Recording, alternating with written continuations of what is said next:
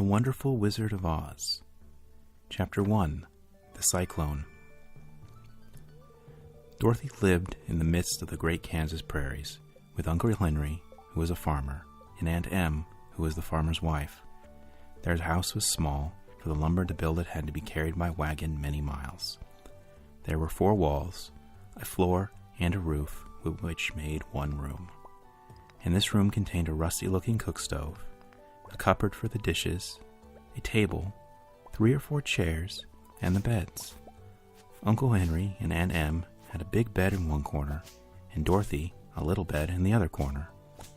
There was no garret at all, and no cellar, except a small hole dug in the ground, called a cyclone cellar, where the family would go in case one of those great whirlwinds arose, mighty enough to crush any building in its path. It was reached by a trapdoor in the middle of the floor, from which a ladder led into the small, dark hole. When Dorothy stood in the doorway and looked around, she could see nothing but a great gray prairie on every side. Not a tree nor a house broke the broad sweep of flat country that reached to the edge of the sky in all directions.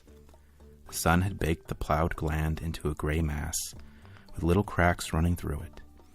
Even the grass was not green, for the sun had burned the tops of the long blades until they were the same gray color to be seen everywhere.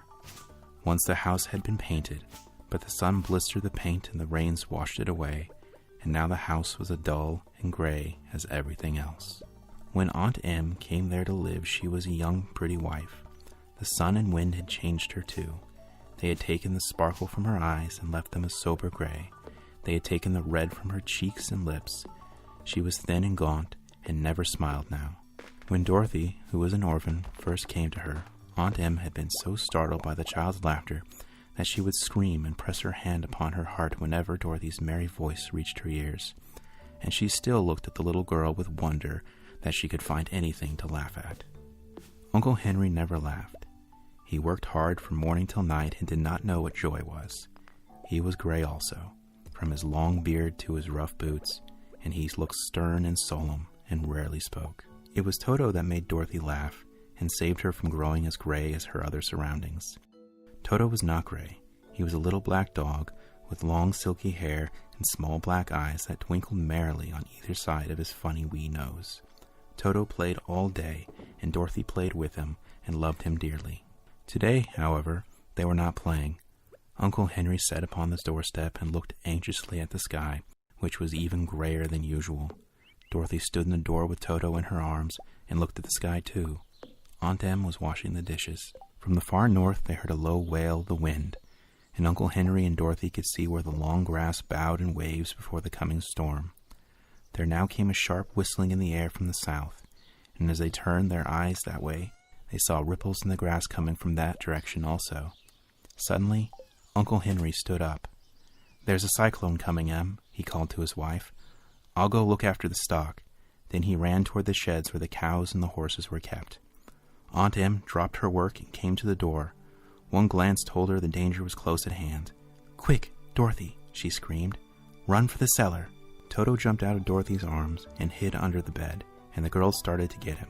Aunt Em, badly frightened, threw open the trap door in the floor and climbed down the ladder into the small, dark hole.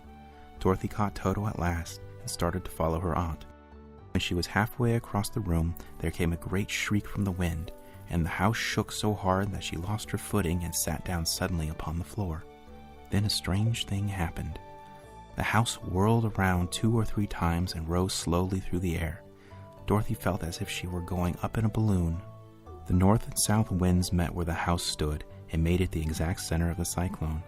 In the middle of a cyclone, the air is generally still, but the great pressure of the wind on every side of the house raised it up higher and higher until it was the very top of the cyclone, and there it remained as it was carried miles and miles away as easily as you could carry a feather.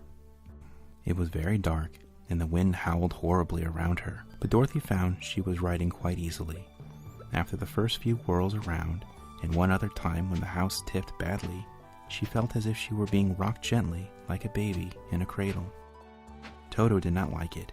He ran about the room, now and here, now and there, barking loudly, but Dorothy sat quite still on the floor and waited to see what would happen. Once Toto got too near the open trapdoor and fell in, and at first the little girl thought she had lost him, but soon she saw one of his ears sticking up through the hole, for the strong pressure of the air was keeping him up so that he could not fall. She crept to the hole, caught Toto by the ear, and dragged him into the room again, afterward closing the trapdoor so that no more accidents could happen. Hour after hour passed away, and slowly Dorothy got over her fright. But she felt quite lonely, and the wind shrieked so loudly all about her that she nearly became deaf. At first she had wondered if she would be dashed to pieces when the house fell again. But as the hours passed and nothing terrible happened, she stopped worrying and resolved to wait calmly and see what the future would bring.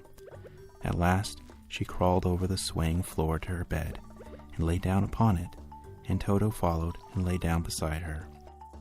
In spite of the swaying of the house and the wailing of the wind, Dorothy soon closed her eyes and fell fast asleep.